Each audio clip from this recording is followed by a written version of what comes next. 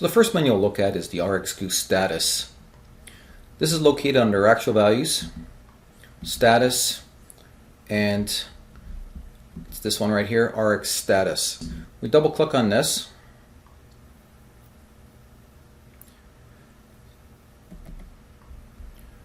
The screen displays a list of all the Goose that have been subscribed to.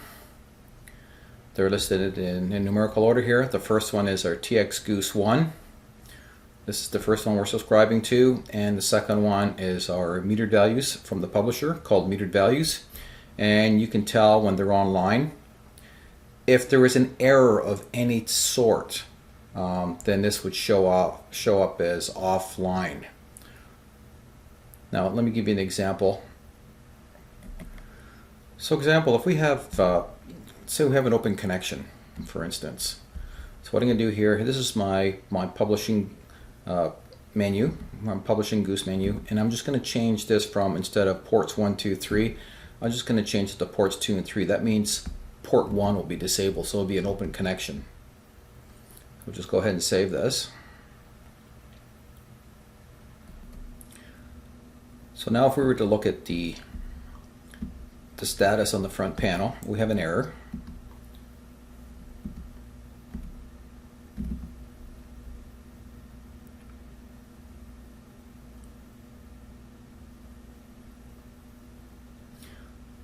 It basically looks like this. It's indicating that a subscription goose, one of the gooses, are unavailable.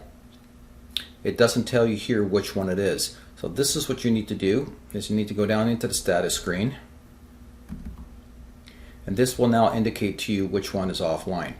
So in my case, what I've done is I've turned the port 1 off that the Ethernet connection has been connected to. I've disabled it, but it's physically connected to port 1.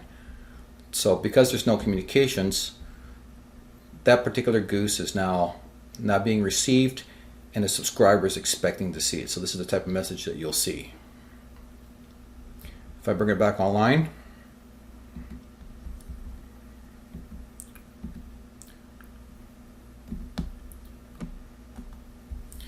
then the message will clear.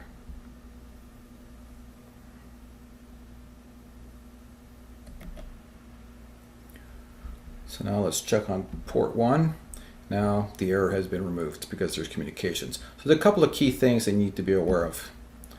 First of all, you have to make sure that the Goose ID that you're subscribing to matches the name that's being published.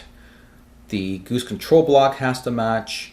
You also have to make sure that the E-type app ID is the same.